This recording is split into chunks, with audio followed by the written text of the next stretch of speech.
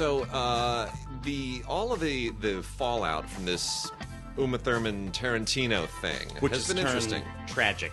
Yeah, which has turned really tragic. Suicide. Yeah, and you know, I mean, I guess it was always tragic, but you just generally from that and the Harvey Weinstein thing and Rose McGowan. Yeah, I mean, all this stuff is kind of hitting a new level. For those who haven't been sort of keeping up with this. The fallout from the Harvey Weinstein thing continues to sort of go in all kinds of unexpected directions. Uma Thurman finally came out and said her piece, which was more than just Harvey's attempted sexual assault on her, but it involved what she always thought was some kind of possible attempt to do her harm with the car, or at least to cover up the event, a stunt gone wrong. It wasn't even a stunt. It was just her driving a car on Kill Bill, and then a horrible accident that put her in the hospital. And all these years later, Quentin, got her. She interviewed with Maureen Dowd in the New York Times, said some things that people took to be negative about Quentin, who then had to do a follow-up interview with Deadline to explain how he helped her get the footage. And then on top of all that, we had the Rose McGowan's former manager committed suicide. Because of her, suffering from depression, her name being dragged through the muck. So we've hit kind of a new level on all this stuff. The suicide, Rose McGowan's former manager turned executive at Miramax. Yeah. And the family statement explained all of that, and it's a whole sort of complicated set of things that happened 20 and 25 years ago sometimes. It's just all it got tragic. It was ugly to begin with, and certainly lots of people were, the chickens were coming home to roost and all of that. But this that suicide really threw me for a loop. That shook me. That tells you how deep this really penetrates, and it also not I'm not going to assign any blame on anybody here. There sometimes tragedies happen, and nobody really is to blame. It's just things happen. But it does, we've entered a phase with social media and everything else where nothing is filtered, nothing is edited, nothing is, it's like it comes out of your id and it goes through your thumbs onto your phone and you hit send. Yeah. And how many times every month do we hear the tweet has since been deleted? Right? Yeah. Right? That tweets get deleted more than newspaper articles ever were retracted. Man, I got to tell you, Twitter, right? Yeah. For a long time, I avoided that whole and complete. Then it became a necessity for work. You'll remember when that box office, they made us mirror the whole thing? Those were some angry discussions on my end. Yeah. And whatever. I have a Twitter account, and I tweet about the movies and this, that, and the other thing. But I got to tell you, I'm really glad that I have never been one much to tweet my opinions about anything. To the extent that I have ever tweeted an opinion, it might have been because I shared something. I suppose in some ways, if you share something, that's your opinion. But never one of those little snarky statements. That people tried to pack into that 140 when it was 140. I never tried to be that clever. Here's the reason why. I'm not that clever. And B, I'm certain that nobody gives a what I think about most of these things. I really, movies, some people who care what I think about movies. Yeah. So I talk, but most of the time, I'm certain that nobody cares what I think about any of these things. So I take it and I just set it on the side. I talk with you. I talk with Mark. We have our little conversations. Yeah. But I have never really thought that the whole wide Twitterverse needs to know what Tim thinks. Yeah. I'm glad that I was at least that judicious this past decade. There are no tweets I need to delete. Yeah, and see, that's a good thing. Is I don't need to delete any tweets. That's a great metaphor for life. Yeah. Anyway, so as we continue to watch this, we will. This is going to go in all kinds of strange directions. This ongoing thing. It'll have to go on at least through the Oscars. Yeah. Because things will have to be accounted for. Yeah. And it'll be interesting to see the way that they'll be the last word on it, so to speak. March 4th, and then whatever happens after that will happen after that, but that'll accrue to the next year. Yep. So I don't know. It's going to be interesting. And then one last plug, we do have our Film Week Oscar show coming up. Yes. So you can go to all the information should be at scpr.org, Southern California Public Radio, scpr.org. If you're in the Southern California area, grab yourself some tickets. Yeah. That's going to be Ace Hotel. The Ace Theater, adjacent to the Ace Hotel in downtown LA at 929 South Broadway. And that's going to be Sunday the 25th. Tim and I will be up on stage along with the rest of the Film Week crew and Larry Mantle and giving you all of our obnoxious Oscar pontificating. It's a great place. It's a great time. It's always a fun time. Yeah, we will not be talking about Me Too. Won't come up. No, Won't come up. it's not. There's a lot to talk about with the movies this year, though. There's a lot to talk about. And a lot to talk about this week with DVDs. There's my segue. Tim, I'm going to start off with some PBS stuff and some Criterions. You know, we got 3 amazing Criterion releases right here that I think this is a wonderful kind of global cross-section of classic films from bygone decades. And notably the decade that is my favorite decade of movies, which is the 1960s. I just think some amazing movies were made in the 1960s all over the world. And the 3 we have got here are from 3 very, very different cultures and societies, and they are all great, and this is the solidarity of cinema. First up, Satyajit Ray's The Hero, the great Indian director, the great Bengali director of the Apu trilogy and many, many other amazing movies. In 1966, he made The Hero, and this is one of his first. This is when he was really starting to get some, bigger budgets and better caliber of production value, and Ray was able to sort of flex his muscle a little bit, much like the new wave filmmakers were in France. They started off making things like Breathless, where Godard, everybody on the sidewalk is looking at the camera, and it's really raw, and eventually, it starts to get more polished. This is a much more polished Ray film. And it stars the amazing Uttam Kumar, who was a huge Bengali film star at the time, who plays basically a variation of himself. And it deals with the issues of celebrity and how you cope with celebrity and public popularity. And it's a really interesting character study, and it's very much inside the film industry, not just the Bengali film industry or even Bollywood, which is of course separate from Bengali, but Hollywood as well. There's a lot of stuff here about just the nature of celebrity and the way that it deals with it in an almost surrealistic way at times. Ray gets a little bit hyper stylish here, which is not typical of his usually neo-realistic approach. This is a wonderful, wonderful film. It has a new program on it featuring film scholar Mahali Sen, who talks about all that stuff that you wouldn't understand, you wouldn't necessarily see if you were not a scholar or student of various Indian filmmaking styles. There's also a 2008 interview with actor Sharmila Tagore, and the subtitle translation is brand new as well. So that is on Blu-ray, the beautiful film by Ray, The Hero. Most people don't know he was 6'5". Ray was? Yeah. I did not know that. Yeah, no, most people. I knew he was lanky. I didn't know he was that tall. 6'5". I mean, I can't think of any other people from that tall. He's the only one. His when I taught film history, one of the crucial texts that I asked them to read, not the all of, but certain pieces of, was Our Films, Their Films, which is his series of essays, meditative essays about the Western films that inspired him and how they obviously change contextually when you filter them into a different culture. It's an amazing book on filmmaking. Talks about Chaplin and everything else. It's really he was a scholar of cinema too. Ray was really an amazing man. And jumping over to Japan, An Actor's Revenge from 1963, Kon Ichikawa, one of the seminal figures of the Japanese New Wave.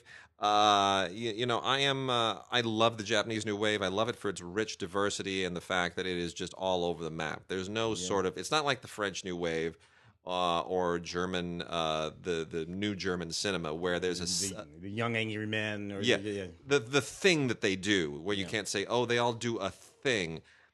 The Japanese New Wave was just all over the map. They did whatever the hell they wanted to. You got Ozu on one end, and you got Oshima on another. There's no rhyme or reason to it, and that makes it a really, really interesting movement.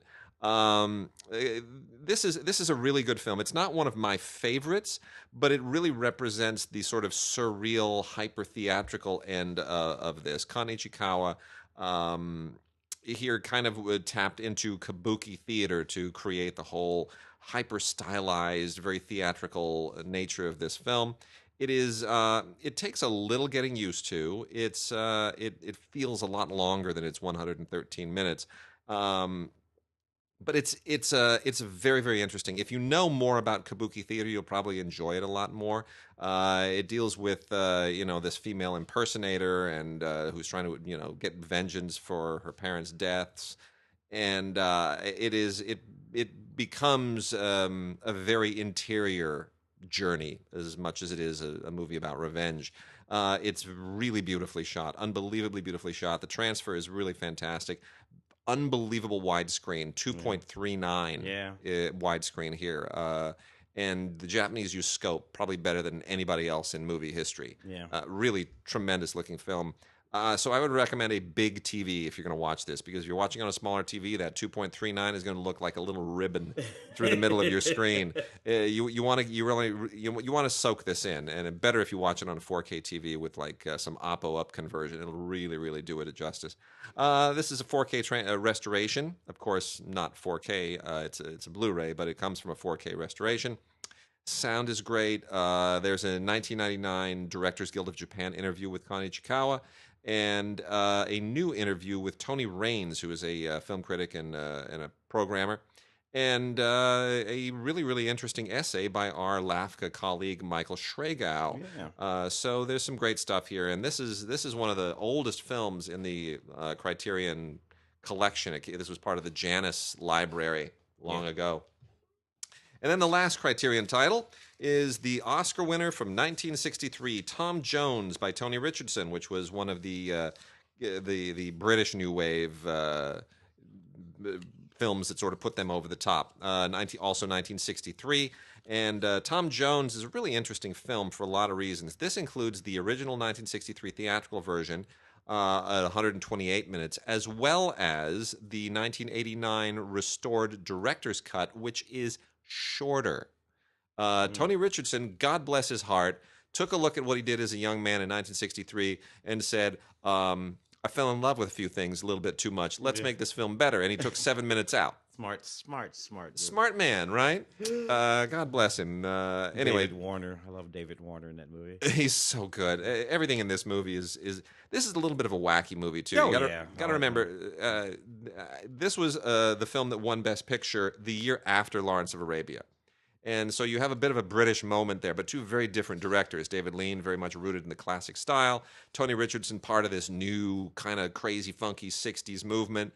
And so you have like Benny Hill type speeded up, undercranked action, and you got some really bawdy jokes in here.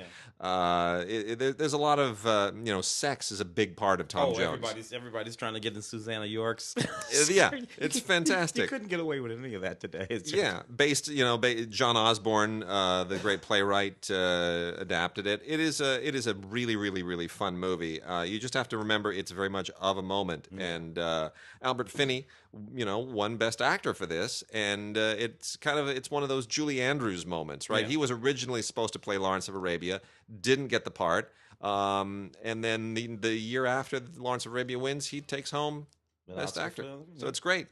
All is well. Susanna York, just wonderful, and so much great stuff on here. Tons and tons of stuff. There's a new bit on the cinematography. There is a new interview with Duncan Petrie, who's a film scholar, who talks about how significant this was in the British industry.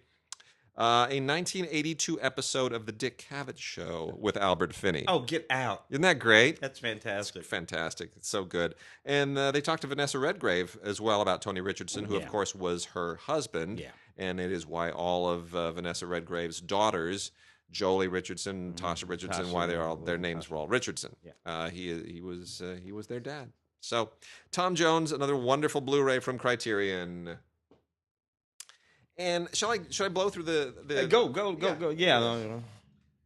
So let me pull up we got a bunch of great PBS docs.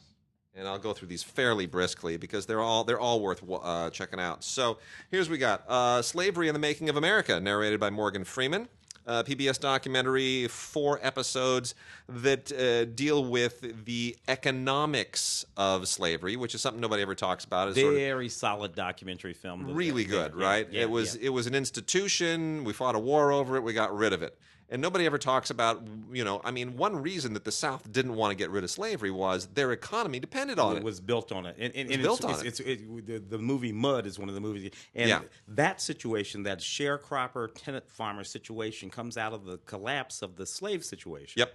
And that's what that movie is all about. It's really, really interesting. It's about the numbers. It's about math. And when you take it and you think about it like that, it's a whole different thing. And it does take a different perspective on it, and it looks at the North and South and economic development and the ways in which slavery was part of in many respects, a broader division between economic development in the country. It's really, really interesting, really well done. Slaves would have never worked in the factories of the North. There were people down South who thought about, look, all we have to do, you have to, like, no, for one thing, you got all these Irishmen up here up North. What the hell are you going to do with them? Anyways, very fascinating, stuff. really good stuff.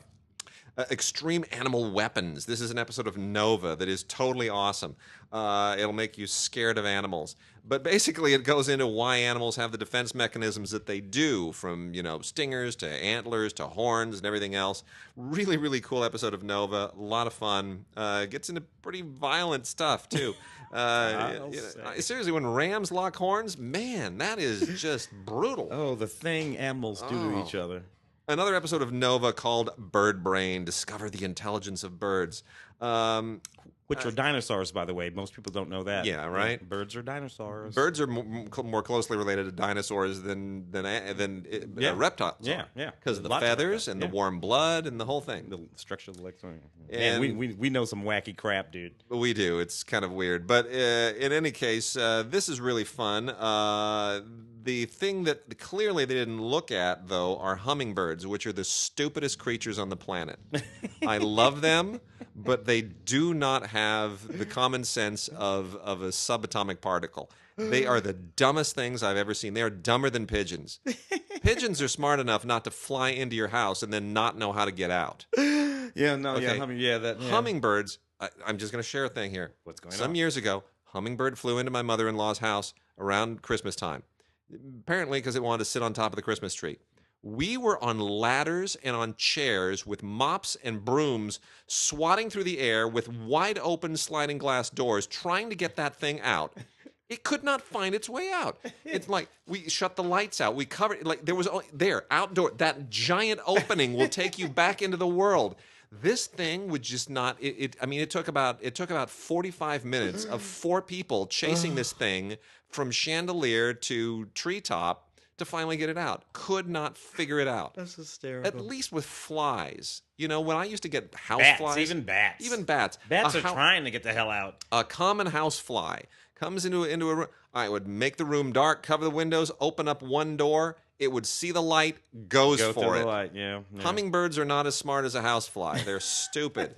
So that being said, PBS, the Nova documentary Bird Brain, Discover the Intelligence of Birds, is really good. Apart from that, Putin's Revenge, another amazing frontline documentary, which in kind of certain ways is almost outdated now. Yeah. This story just bobs and weaves and changes every single day, but. This is certainly a piece of the puzzle, and for those who are following all of that stuff on the news, you will be deeply interested in it because it gets into a lot of background on Putin as well. It is interesting in that the Russian election, the presidential election is coming up. Yeah. And it's a really interesting sort of situation that's going on there. He turned out to be a different kind of guy. Yeah.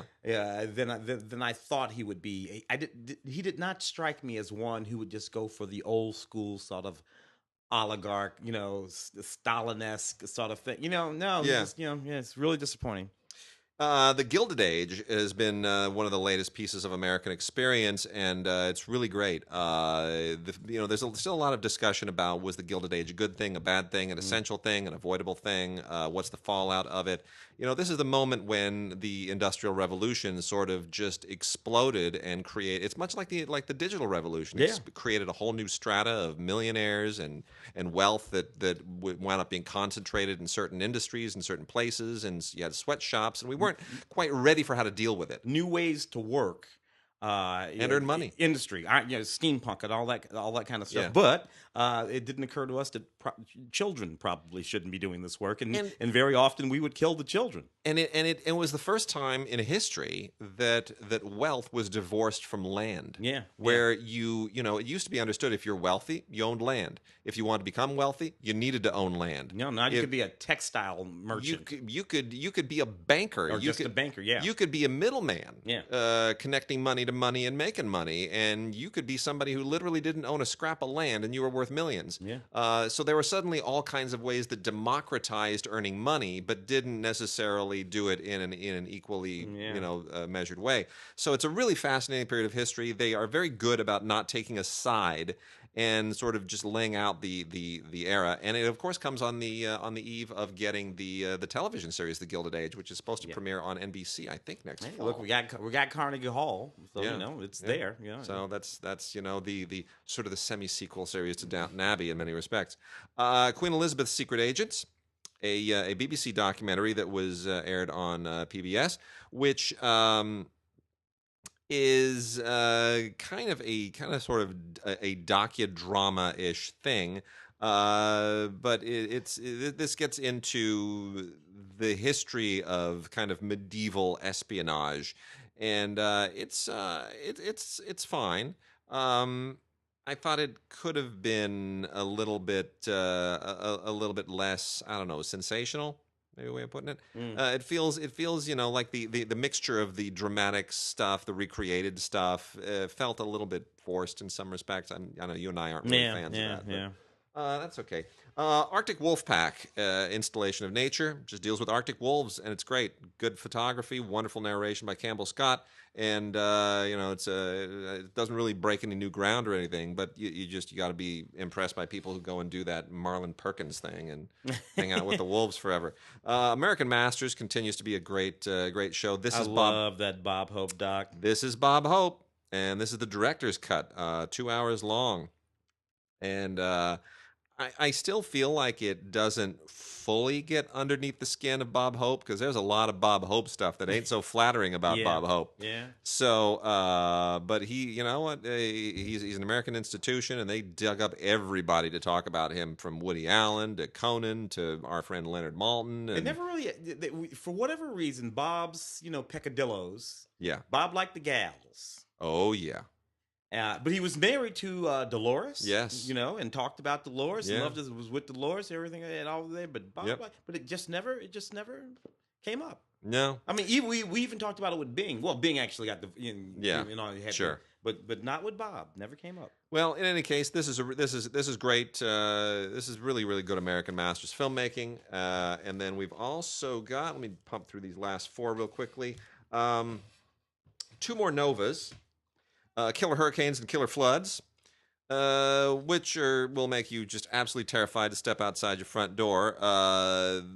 These things don't come around that often, but they come around often enough that people who live in areas where this might affect you should know what to do, and you should have your emergency plan, and you should be ready to do whatever. We have killer earthquakes here. They come around about every 20 or 30 years. Yeah. We're about to do, aren't we? The big 94, boy. That was, that big 94. This is how I remember 92, 93, and 94. Those were my first 3 years at the Cannes Film Festival.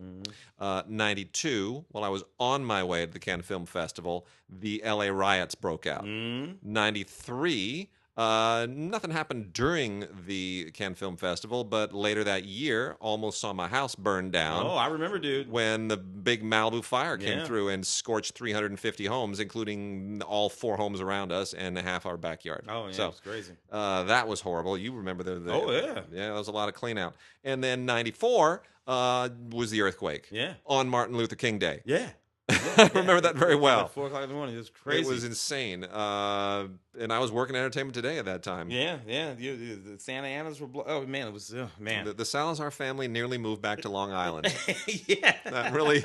They were. I remember. They the rest of the next 2 weeks. The Betty. This is the people who ran Entertainment Today. The newspaper Tim and we worked for. Where Tim and I met actually, and Mark wrote for them. We all kind of orbited that. Yeah. And I remember for 2 weeks it was just like we're going back to Long Island. We're going back to Long Island. I can't stand this. The earthquake freaked them out. And now anyway, we are due. Killer floods and killer hurricanes, Nova. And then lastly, we've got American Experience Into the Amazon, which is the story of Teddy Roosevelt and Candido Rondon, the Brazilian explorer, going deep into the Amazon and just being manly and dangerous. This all took place in 1914. They had a big old team with them. This would make a great movie. That's what I kept thinking. I'm like, you know what? Screw the documentary. Go and get some actors and shoot this as a dramatic movie. This is really, really great adventure. I'd love to see this recreated.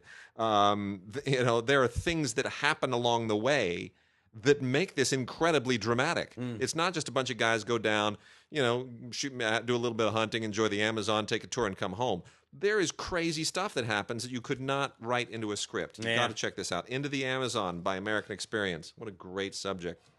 And then lastly, Havana Time Machine, which is just taking a look at Cuba and specifically Havana and trying to find a non-political positive way of looking at the way that the place has changed and being, trying to sort of find a musical way of defining the trajectory of the country. I hope that explains it without going into any giving anything away. There's some interesting stuff here. And if you are a fan of Buena Vista Social Club, movie which was part of my life for a year and a half because my wife worked on it, this is a nice compliment to it. So it's definitely worth checking out. Havana's a beautiful, beautiful city. No matter what you think about Cuba politically and all that stuff and the history, it's still a beautiful city, and it will be for a very, very long time, and crucial part of Western hemispheric cultural and musical heritage. Can't get away from it.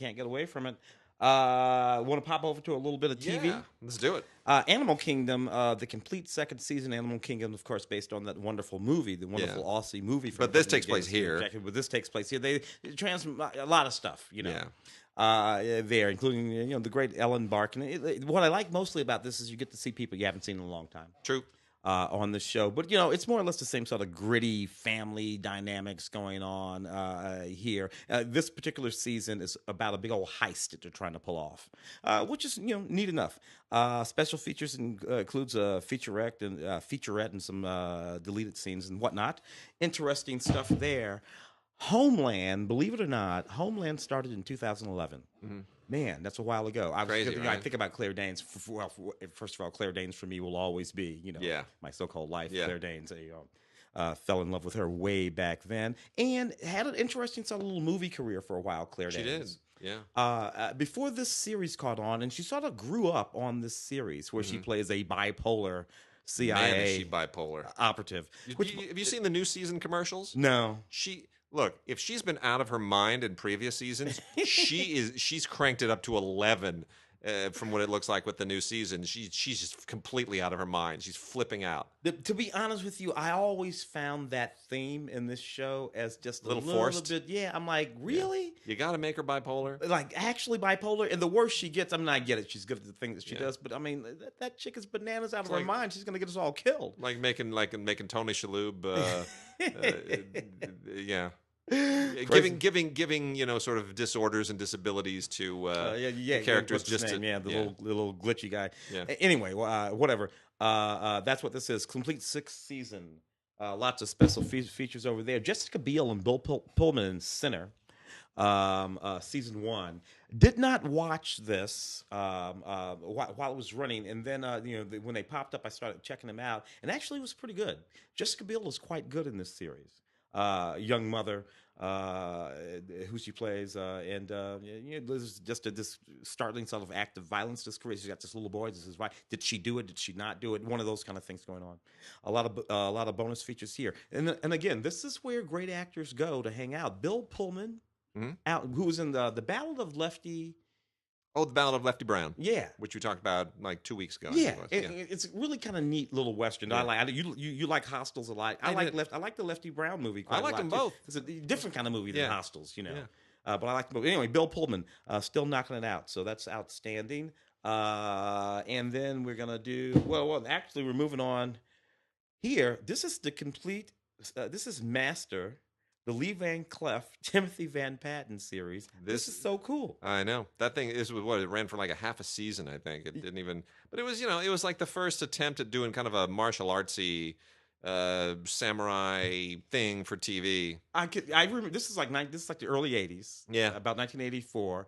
And Lee Van Cleef and this guy, they would go around in this van, basically doing like Equalizer stuff, like good guys gonna. But even then, I thought, why are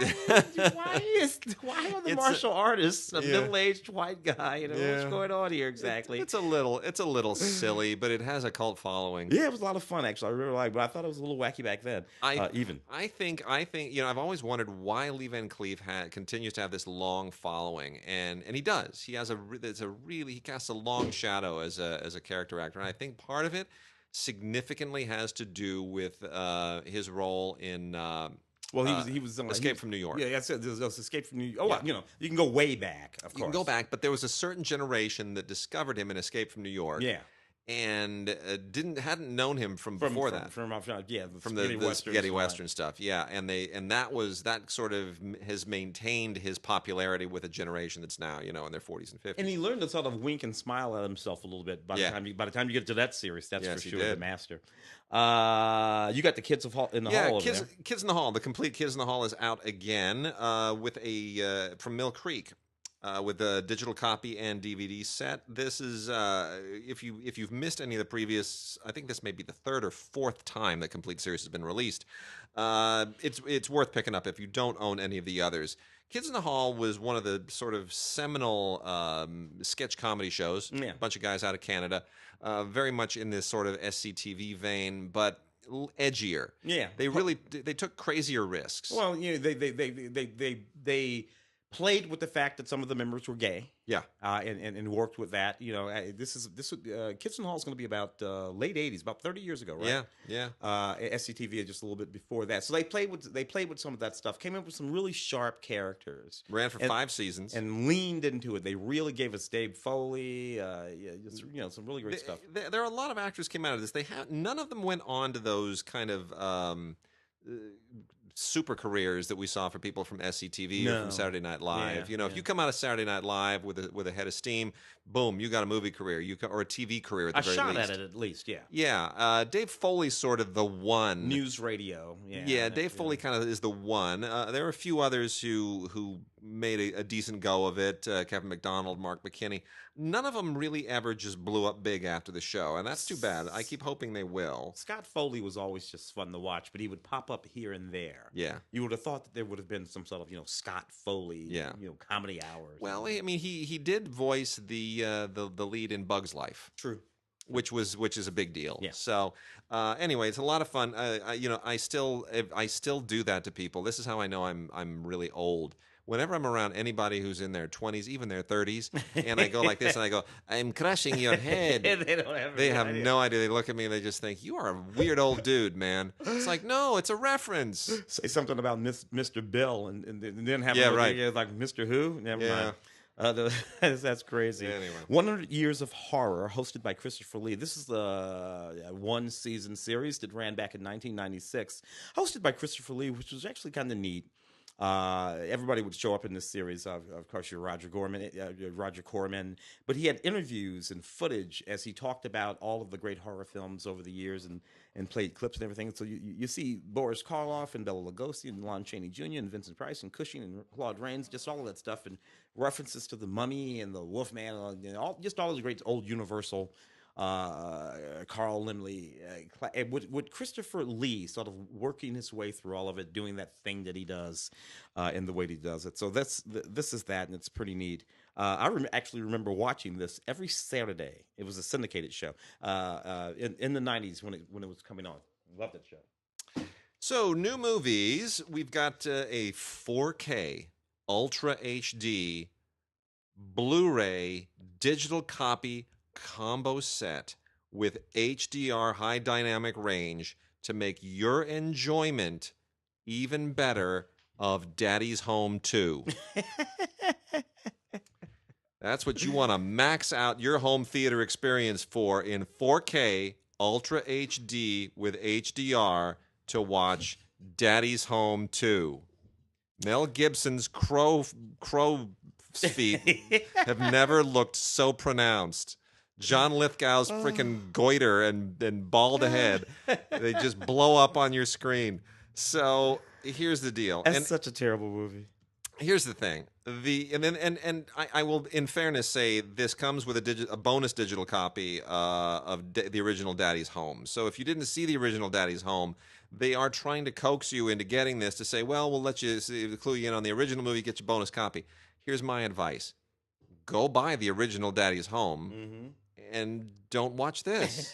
Just pretend like it didn't happen. Pretend like this doesn't happen because it kind of ruins the original film.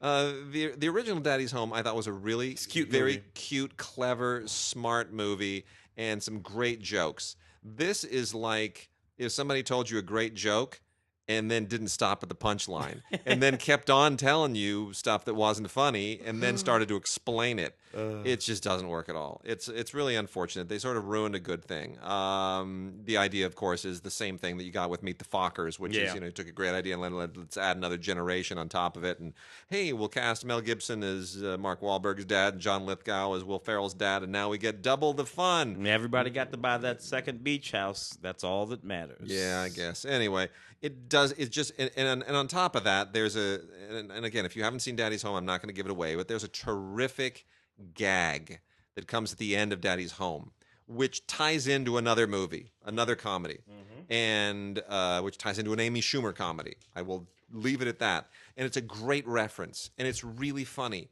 And now it's not even a throwaway joke. Now it's a whole new thread in the movie. And it just it sort of loses all that steam. It's really unfortunate. I'm just so disappointed. And 4K. I mean, I guess I'm sure some people love this movie, but I can't. No, they don't. I can't. No, they don't. They don't. Okay. I just don't think so.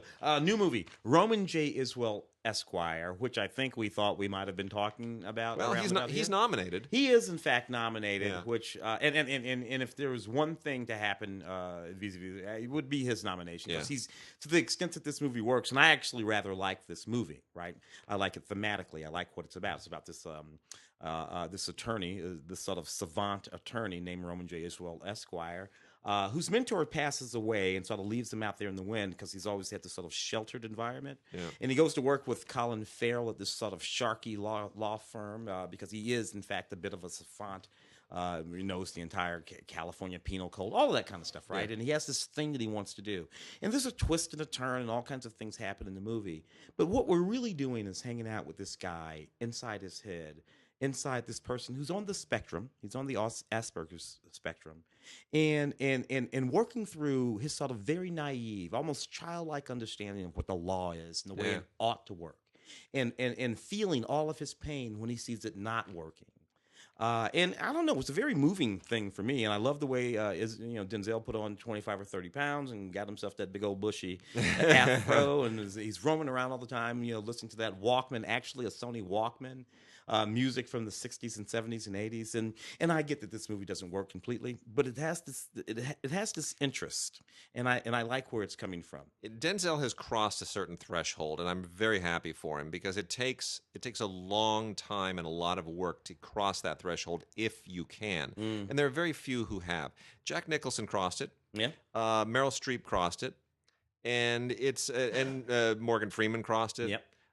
Which is where you even though you're a movie star, you are now older and you're a character actor and you can play anything you want and they aren't marginal movies. Meryl Streep shows up in stuff all the time now. Yeah. And an actress that age to be able to get, top billing in all kinds of movies, that's what you want. That's what you dream of your whole career. And then you're in your 60s and you're still getting starring roles. And then you're in your 70s, you're still getting starring roles. And then you're in your 80s, you're still getting starring roles. and that's where you want to be. Yeah. And that's where Denzel is right now. He's in that place where people just want to see him on screen, whether he's 40, 50, 60, 70 years old. They just want to see him, and they want to see him do interesting work and play interesting characters, and those roles then just come to him. Yeah. And it's a great place to be. I'm very happy for him. And in some ways, you look, this movie will play better on on your system. Oh, at for home. sure, yeah. Nice and quiet. Sit there all by yourself. You don't have to be with anybody else. You don't need to be in a theater. This movie will play just great, just like that. So we got a couple of dumb sequels to some dumb franchises. The Hatchet series, Victor Crowley. This is just another Hatchet movie. It's the fourth one. It's more the same. It doesn't do anything that you have. I just fell off my chair. Oh, that's okay. That's okay. Yeah. We keep it real. Anyway, Victor Crowley, just another Hatchet film. It's all the same gore, all the same stuff. If you've seen the other ones, seen this one, it's not really. It's basically it's Friday the 13th in a swamp. I don't really know any of it. It is. That's exactly what it is. It's Friday the 13th in a swamp. Give him a hatchet and instead of a machete or whatever it is that Jason uses, and then. We've got another Pinhead movie in Hellraiser Judgment. Oh, the Clive Barker series, which is just way overextended. It's man, deep, welcome. We're clocking close to 40 years now. It's just not. If anything, they should be rebooting this. It doesn't have the imagination. It doesn't have the budget. It doesn't have what the series originally had and what it needs. This is a Blu-ray and digital copy, ultraviolet combo set. Lionsgate still on ultraviolet, not yet movies anywhere. We keep hoping that they will sign on. I don't know what the issue is. I'm sure it's money. Anyway, Hellraiser Judgment. There it is. If you want to think about Clive Barker, do yourself a favor. Go look up any arbitrary YouTube interview of Clive Barker, let's say in about 1980, 81, 82. Just search Clive Barker interview 1980 and see the person there who was in the interview. Nice young fella. And then look up a Clive Barker interview from anytime recent, anytime in the last 10 years. Look them up. And play that interview of that same human, and it's like he's not even the same human. The voice, and it's like, what the hell did he do to himself? You know what I'm talking about? I know what you're talking about. I know what you're talking about. It's Clive Barker's a weird dude, you know, and by his own admission. But anyway, he did something terrible to himself. Another couple of Lionsgate films here on DVD only. These are straight to DVD actiony things. Worth a quick mention because they're competent. They'll if you're a genre fan, you'll enjoy them both. The first one is Doomsday Device, which is about a couple of FBI agents who happen across this ancient. Oh, how would I put it? It's an ancient thing. Well, imagine the last X-Men movie without Armageddon as an actual villain. Imagine Armageddon as a device. So, or some kind of an ancient artifact is maybe the better way of putting it. Anyway, it's kind of like Indiana Jones, an Indiana Jones movie with FBI agents. I don't know. It's okay. Not a big budget, and they make the best of their money. And then Rise of the Foot Soldier Part 2. I did not see the first film, assuming that there is one. But this is basically a gangster saga, and it's fine. It's British organized crime, and it's violent, and it's got a couple of clever little twists in it. Some decent acting. So if you want to just see a little bit of Cockney gun action, you'll enjoy Rise of the Foot Soldier Part 2. I don't think you have to have seen Part 1 if there even is a Part 1. A little bit of animation here. Batman Gotham by Gaslight, which takes the Dark Knight and Gotham and sets it in the Victorian era. That's all right. It's actually kind of cool. I liked it quite a lot. Aside from looking just beautiful, obviously. That's sort of all that Victorian, this, that, and the other thing. It's just really, really neat. The neatest thing about this, Bruce Greenwood as the voice of Batman / Bruce Wayne. A lot of special features on this thing, too, including some audio commentary and some sneak previews. It's just a lot of fun. I really, look, sometimes I enjoy any other version of Batman than rather than the sort of live action Christopher. I hear you. I'm like, give me Yeah. Batman in any other context. No Justice, nothing, no Zack Snyder. Just get all of them out of there. Just make it a cartoon, and I'll be good to go. Nice little dark cartoon, Batman. Same kind of difference as a film, based on a bestseller.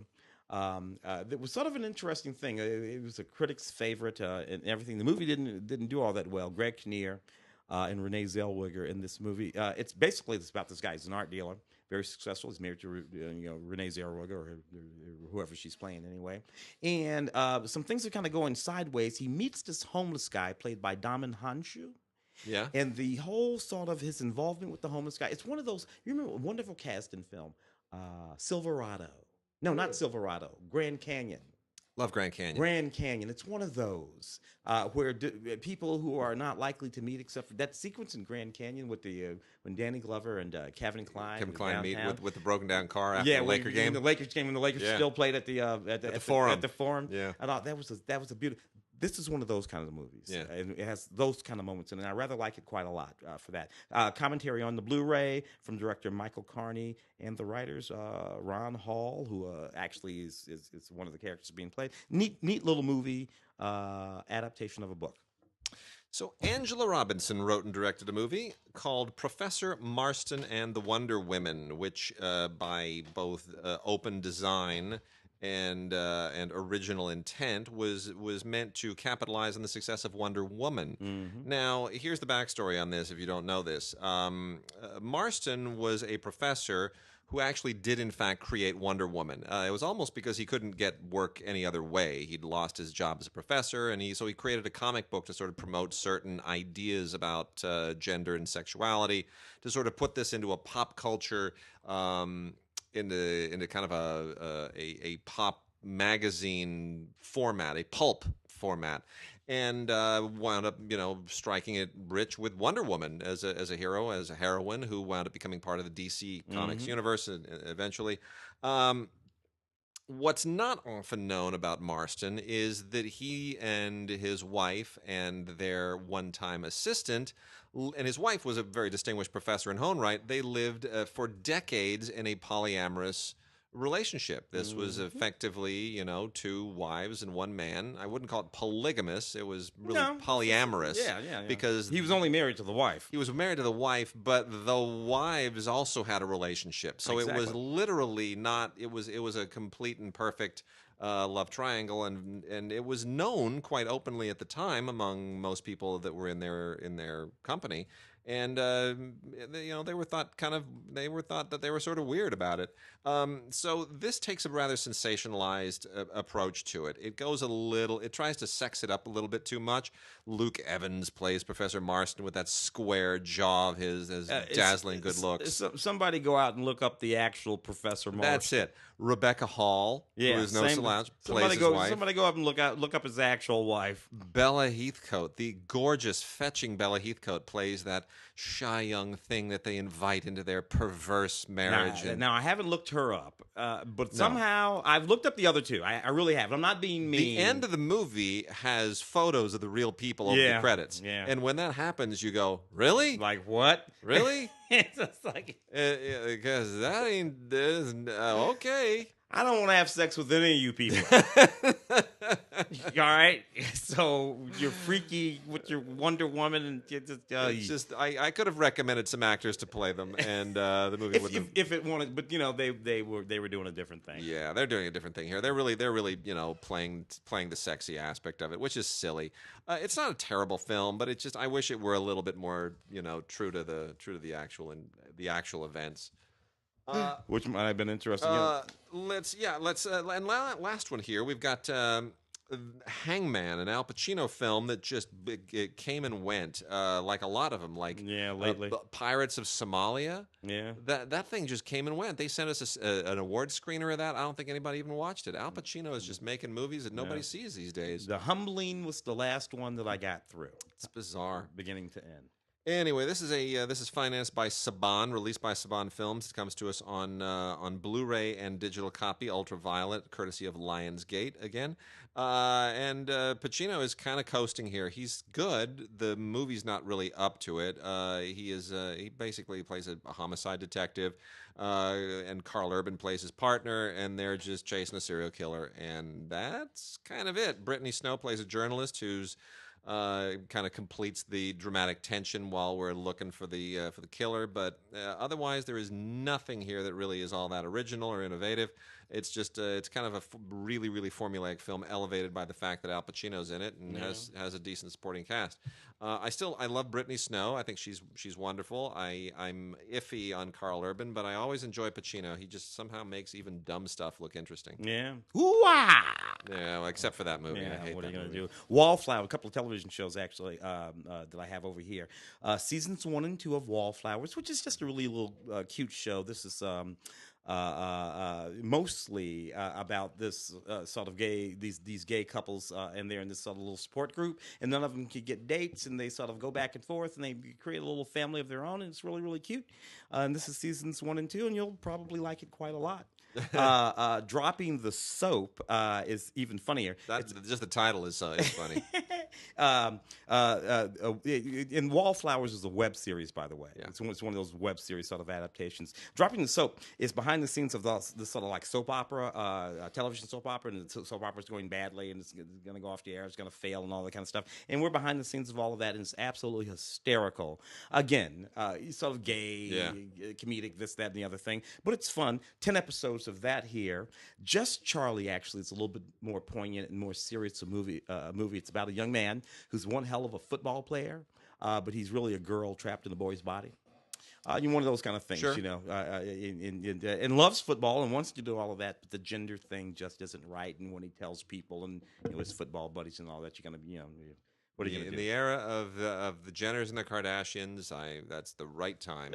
It's a lovely thing. Sebastian. This is a neat movie in the context of Call Me by Your Name and that wonderful Chilean foreign film, Fantastic Woman. Oh yes, which is Oscar nominated. Which is Oscar nominated. Yeah. I think about those two films when I think about this film, and this film could be seen right in the context of all of those. It's a perfectly lovely romantic movie. So it's like those Before Sunrise, Before Sunset movies, those Ethan Hawke movies, Richard, like that. Only instead of it being Richard and Julie Delphi, it's these two perfectly lovely young men who meet and they have a moment. It's just great stuff. What else do I have here? This is Teenage Cocktail. How Annie and Jules fell in love. This is just the cutest little. There was a wonderful little gay film years ago called The Incredibly True Adventures of Two Girls in Love. And this is exactly that, only with grown-ups. It's exactly that, only with grown-ups. Perfectly lovely movie. And rounding out the LGBT stack here, we've got a couple from TLA releasing. French Kisses is a collection of gay shorts from France. Nothing. It's uneven. Gay shorts tend to sometimes be a little bit too parochial. Sometimes they cross over. They're all very well done, by the way. And there is a tradition in France of making specifically LGBT themed shorts. There is a kind of a cottage industry there for it. Body of Angels is one of the better ones here. Juliette Electrique is also quite good. And then we've also got Seat in Shadow by the director Henry Coombs from TLA Releasing, which is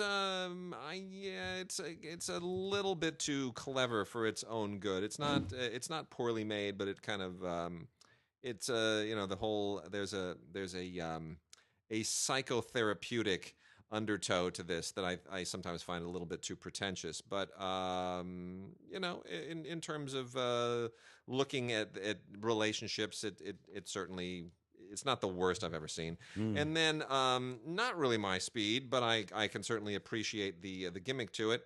Paul Ormland is the documentarian. He's a gay man who decided to track down, sort of try to get behind the mythos of gay promiscuity and he wanted to go back to 100 of his one-night stands, track down 100 men that he'd had, just a one-night stand with, and sort of see if he could, reconnect to them as more dimensional people. Anyway, it's called 100 Men. What would 100 former lovers say to you? So it's trying to sort of Interesting. it's more interesting in concept than in execution, but Yeah. I think it's an interesting idea for somebody to do. And as far as these sort of personal experience, personal essay films, it's certainly one that has something to say beyond the gay community.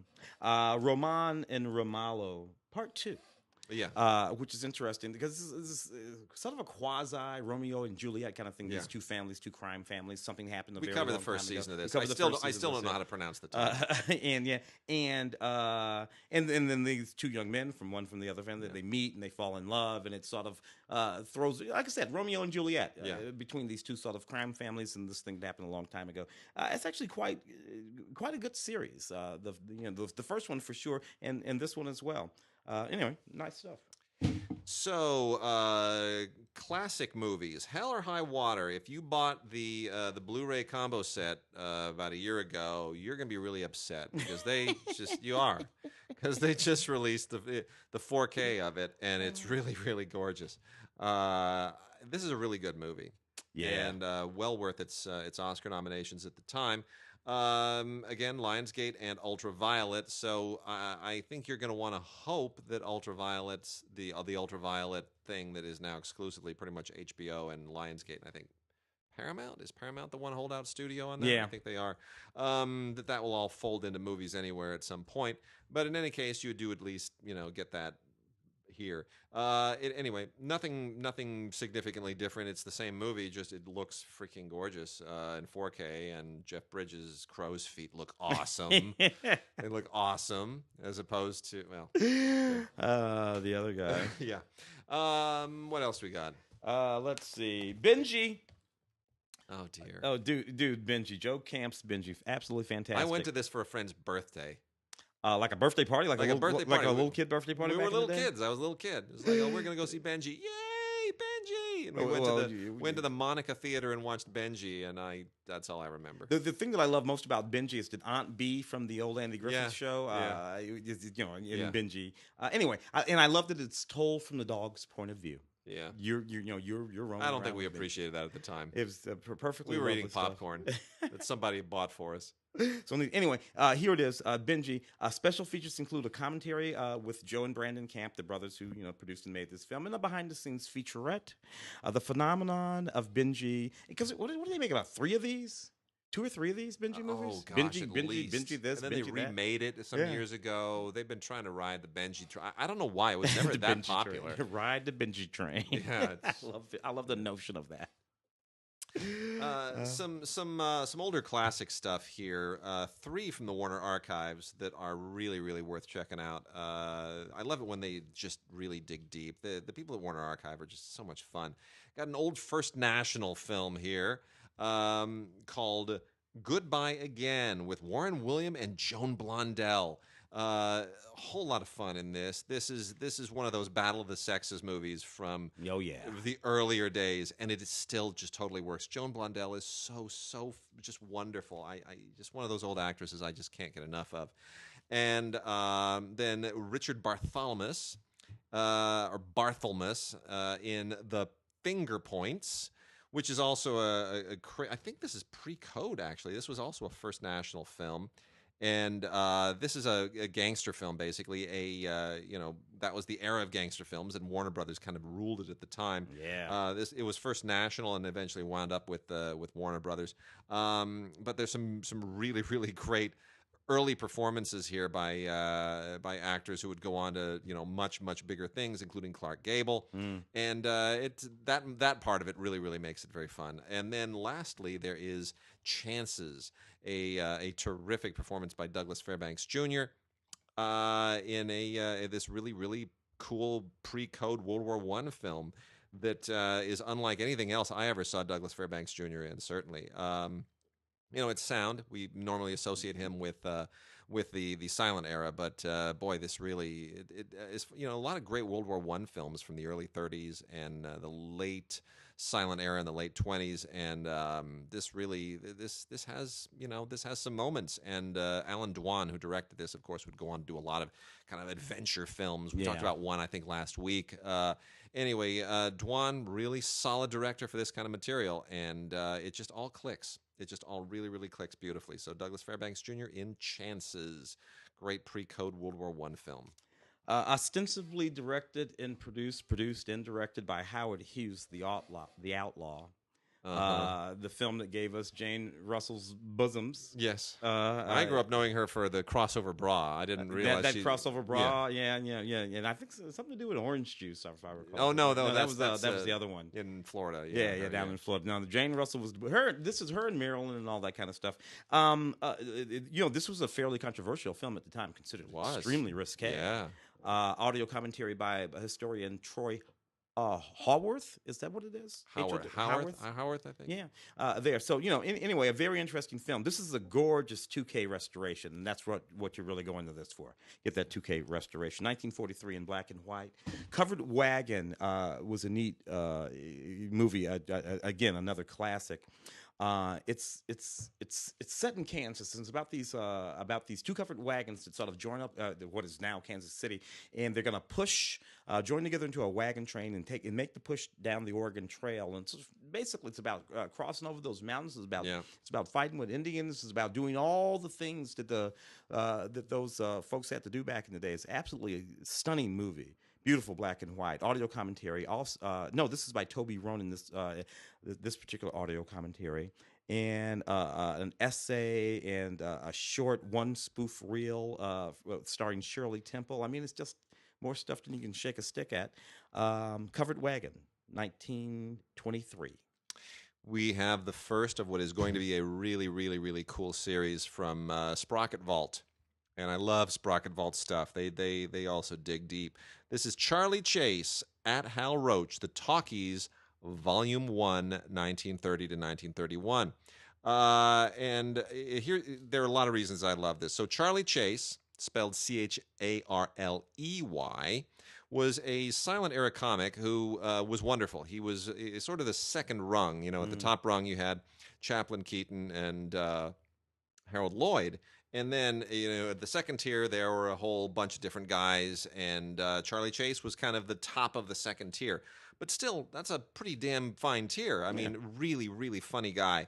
Anyway, he made the transition to talkies. And, that was a little tough for Chaplin and Keaton. Less so for Harold Lloyd. Mm-hmm. But he made the transition beautifully and continued to work for Hal Roach. And this is basically all the shorts that he made in 1930 and 1931. And there's some funny stuff here. 50 Million Husbands, Rough Seas, What a Bozo. And then you also get a couple of interesting extras here, including a Richard M. Roberts set of commentaries, and the Spanish version of one of these shorts, which is the English language version is the Pip from Pittsburgh. In Spanish, it's called La Señorita de Chicago. And what I also like about this is that they are very upfront about the fact that many of these co-star Thelma Todd. Charlie Chase at Hal Roach, The Talkies of Volume 1, 1930 to 1931, featuring Thelma Todd. Thelma Todd on the cover. Here's the thing about Thelma Todd and why Thelma Todd's a big deal. Every single day, I drive past the building that was Thelma Todd's restaurant on Pacific Coast Highway in Pacific Palisades. It later was owned by the Catholic Church, which was turned into a production house. The Catholic Church had a production arm that made a lot of these kind of faith movies back in the day. That was Paulist Productions, and they were located in that building for decades. And it was recently sold, and they're remodeling it now. But they have to stay true. It's a preserved building. But it was still originally Thelma Todd's. And they made a TV movie on Thelma Todd starring Lonnie Anderson back in the 80s. And the thing about Thelma Todd was Thelma Todd was sleeping with gangsters and Lucky Luciano. Oh, and there was anyway, Thelma Todd was murdered. Yeah. And she was murdered, and they found her body on the stairs right near Thelma Todd's restaurant. and her lover was found dead in his car about 2 streets up. All of these are places that I've walked past, and I've visited these places all like constantly. I live near them. And it's an amazing story. And Thelma Todd, that legendary Thelma Todd who was murdered, who was sleeping with their leading man and all this stuff, there it is.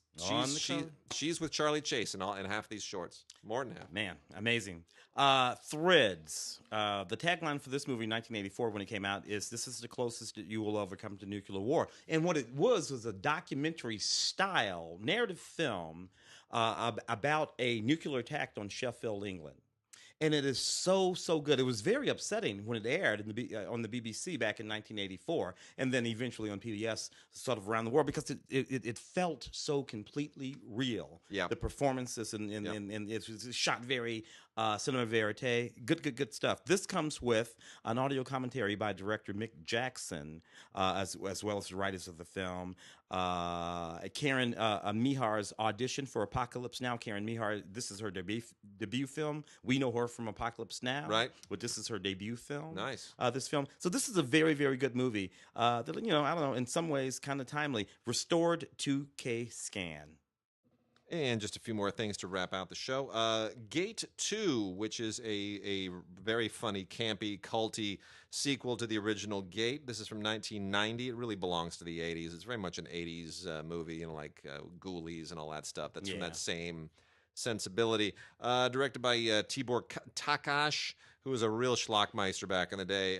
You know what? If you like Gate, you will the Gate, the original The Gate. You will love Gate 2. It's the same stuff, and it's all that interdimensional goofball stuff that's just it's so campy now. And then I love the tagline. There's only one thing more terrifying than the first visit. The second. Why would you make a second visit? And then we've got a 6 DVD set. Dean Martin and Jerry Lewis, 5 films and 20 hours of television. This is stuff that is available separately, but it's nice to sort of have it all in a single set from Mill Creek. You get this combines the comedy triple feature, the Jerry Lewis comedy triple feature, which we covered some weeks ago, of Don't Raise the Bridge, Lower the River, Hook, Line, and Sinker, and 3 on a Couch, along with the comedy double feature of Dean Martin, Who Was That Lady, and How to Save a Marriage and Ruin Your Life, along with 28 episodes of Martin Lewis from television, their television show. So just so everybody understands, these aren't Martin and Lewis team movies. These are 3 Jerry Lewis movies, 2 Dean Martin movies, and then 28 episodes of their television stuff together. So it's a nice sort of general broad-based compilation of stuff you might otherwise never think to pick up, but you might want to pick it up in a single box set. It's nice and affordably priced. And then you got it. Then you got it. Let me hit a couple of foreign things real quickly here. 3 that I have here that are really, really nice special edition sets. The first one was from Kino Classics, a 3-disc set of Underground, which won the Palme d'Or at Cannes. This was the second time that Emir Kusturica, the great Serbian director, won the Palme d'Or. The first was Papa's Away on Business. And Kusturica nails it here. He's always been kind of like a Balkan Fellini. But Underground is an amazing movie. This was made in 1995. Basically, he tells a story of 2 guys who are, they're like black market dealers during World War II. And then they go, for reasons I won't get into this underground cellar, and they wind up there for about 20 years. And the repercussions of that and the circumstances surrounding that, it's really quite, it's a metaphor, it's an allegory, it's all those things, but it's also really, really smart and very original. Lots of great stuff on here. 1996 documentary on the making of the film is fascinating. And there's also a lot of behind-the-scenes footage and interviews with cast and crew. And then a couple here from Aero Academy, the Federico Fellini film that goes right along with Underground, Orchestra Rehearsal, The Decline of the West in C Major. The subtitle of that is often not repeated. It's not just Orchestra Rehearsal, it's The Decline of the West in C Major, which tells you everything that you need to know about this. This was made in 1978, originally for television, released theatrically in 1979.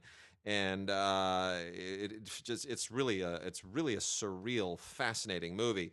And then also from Arrow Academy is Henri Georges Clouzot's Inferno.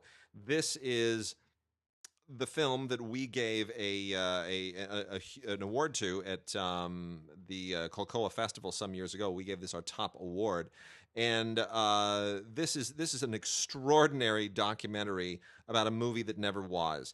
There was the Henri Georges Clouzot wanted to make this movie Inferno. It was this tempestuous kind of romantic thriller about obsession, very much in the vein of Vertigo, and he actually started to shoot it in 1964 and never finished the film for reasons that are all explained in the film. And you see all the original footage here, and you see where it was going to go and how daring he was going to be, stylistically, all this psychedelic stuff. Really an unbelievable. It was going to be an unbelievable movie, and the story behind the making of the movie and why it didn't get made is actually even more extraordinary than the movie itself.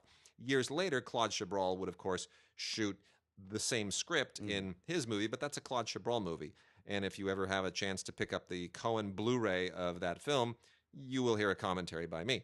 So I do have a certain passion for this story, but this documentary is unbelievable. This is one of the all-time great documentaries, and the story of how this documentary happened, how the filmmaker bumped into Clouzot's widow in an elevator in which they were trapped together, is like a story all unto itself. So it's really amazing. Henri Georges Clouzot's Inferno by Serge Bromberg and Ruxandra Medria from Arrow Academy. Oh, you're so good with the names. I'm not even going to. Tom of Finland. If you ever wondered where the sort of gay male leather fetishistic sort of art and, for that matter, clothing comes from Tom of Finland, which is not his name. That was his artistic nom de plume, or whatever you would call it. His name is Finnish, and I'm not going to try to pronounce it. So he was this guy who's actually a war hero, World War II war hero. Comes home. He's a gay man. The gays are being persecuted, all across Europe. He was a war hero, but he was a war hero. Yeah.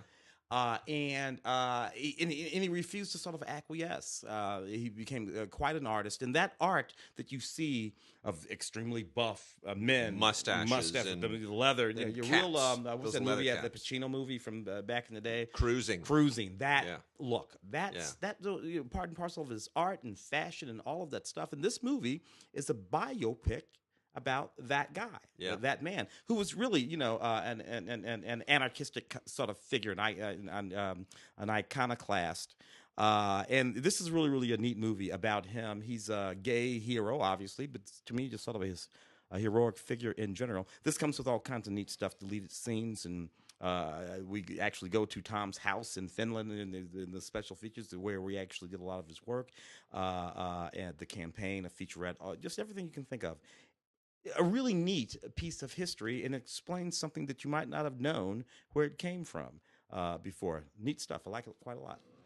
And that's it for this week. So go to scpr.org and grab yourself some tickets for our Film Week Ace Theater show, the afternoon of Sunday the 25th. Come on over. We'll be there right about noon. I think the show kicks off at about 1 p.m. Yeah, and it will afternoon show. It's a great afternoon show, and it will, of course, be aired on Friday the 2nd and Saturday the 3rd, right before the Oscars on the 4th. And it'll be a good time had by all. And I think then we will have... we should have one more show then before the Oscars, but I think we will, we'll have one more show before the Oscars. Okay. And then we'll talk a little bit about our predictions and all that fun stuff, and try to get that up on the site. We've all been super busy lately, so the site hasn't been super updated, but Tim wrote a terrific review that you're definitely going to want to go check out on the site. So go visit cinegods.com, visit scpr.org, and we will see you guys next week. Mm-hmm.